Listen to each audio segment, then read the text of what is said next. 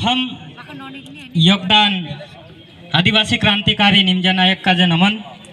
और इसी के साथ में ज़्यादा समय नहीं लम, क्योंकि पूर्वकता घनी बार बात देखा और समझा तुम। लेकिन एक चीज़ देख दो यहाँ सार्थिक समझना भी पड़ से तुम काजे कि अच्छी बात और सच्ची बात कहन ली है ना कौन कर से सुनना तुमको ये पड़ेगा कि अच्छी बात और सच्ची बात में भी फर्क सुनना पड़ेगा। आज अपन देख रहे थे कि एना क्षेत्र में तरह तरह की समस्या हुई और तेर पर निराकरण भी देख लिया। लेकिन वास्तविक जो विश्व आदिवासी दिवस है जो 193 देशों द्वारा अधिवेशन करीन एना विश्व आदिवासी समस्या निराकरण करने करता संस्कृति सभ्यता वाचारने करता ये तय कर्या तिना देशन जो आज 9 अगस्त विश्व आदिवासी दिवस तय करला ती तेरे उपलक्ष्य में आखा का जे बधाई और विश्व आदिवासी का जे भी बधाई। मार्ग तो पहल जयसिंह भाई आवलो जो कम से कम पूरा विश्व अंतर्राष्ट्रीय लेवल लेखक और रिसर्चर है। कम से कम तेरी बात समझना होता ज़्यादा समय तक, लेकिन समय और यह काल का अभाव करता आप लोग नहीं सुन पाया।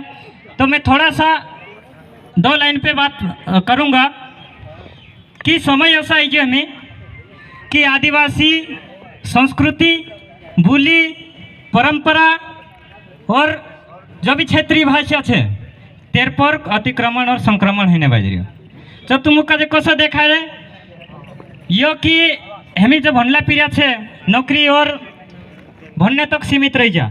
लेकिन कुछ ऐसा भी पीरिया है कि अंतर्राष्ट्रीय लेवल स्टडी करी नोगो का होने बाजी तो सोचने बाजी तेरे में यह देखा है कि जे अपनी बारेली भीली भिलाला भाषा है तेनी काजे पूरा भारत सरकार लिटरेचर बन गया और संयुक्त राष्ट्र संघ में पुगाड़ देदा कि ये जो इंद्री भाषा है सबसे मोटी इंद्री जनजाति है भील जनजाति तेरी भाषा आर्यन भाषा से मिलती जुलती है। इसलिए ये जो आर्य जो भील लोग हैं वो विदेशी है और यहाँ की जो सबसे प्राचीन भाषा है संस्कृत और संस्कृत को बोलने वाले लोग यहाँ के मूल मालिक है। ऐसा यहाँ पे हल्फनामा तैयार हो गया। अब सोचो कि मालिक कौन हुआ और नौकर कौन हुआ। अरे यहाँ तो ये स्थिति बन गई कि भगवान भी गुलाम बन गया है। अब भगवानों पे भी कब्जा हो गया। एक चोटी वाला बैठता है और भगवान पे कब्जा कर लेता है। भाई हमारी क्या स्थिति होगी।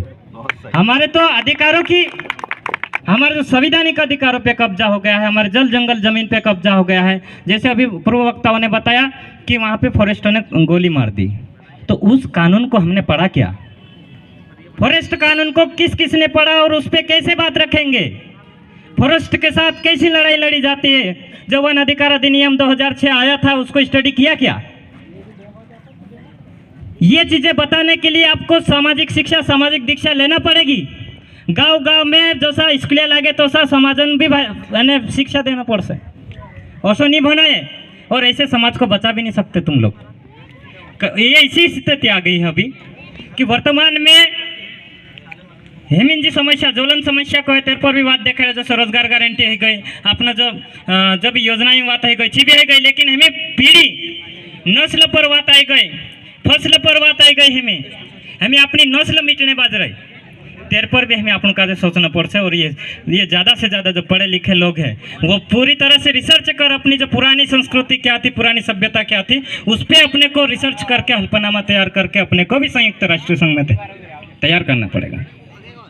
इसके लिए self respect social movement of India for indigenous people mission Madhya Bharat Adivasi Bachao Andolan Birsa बिग्रेट इस पे रिसर्च कर संयुक्त राष्ट्र संघ में 2022, 23, 27 के लिए अलग अलग हल्फनामे तैयार करके रेडी कर लिया है। क्योंकि हमारी लड़ाई है वैश्विक। आदिवासी को बचाना है तो विश्व स्तर की लड़ाई लड़ना पड़ेगा। तुमको भारत से कोई तुमको वो चीजें नहीं मिलेगी रास्ता। इसलिए अपने को अंतर्राष्ट्रीय लेवल पर तैयार करना पड़ेगा। अंतर्राष्ट्रीय स्तर पर अपने का पूरा जो राष्ट्रीय अंतर्राष्ट्रीय जो घोषणा पत्र है तेनु बने ने सब अपन का तैयार करना पड़े। मैं ज़्यादा बात नहीं कहो और अपना जो शहीद क्रांतिकारी जो लड़ाई लड़ला तीनों का भी मारो नमन और केंद्रीय विचारधारा और सिद्धांत आधार पर चालू और वही अपने को आगे रास्ता दिखाएगा। उसी के साथ मैं अपनी वाणी को यही विराम दूंगा और 2 नारे के साथ अपनी बात खत्म करूंगा। 2 नारे लगा। जो जमीन सरकारी है वो जमीन हमारी है। जो जमीन सरकारी है वो जमीन हमारी वनवासी नहीं आदिवासी है, वनवासी नहीं आदिवासी है। कलम आया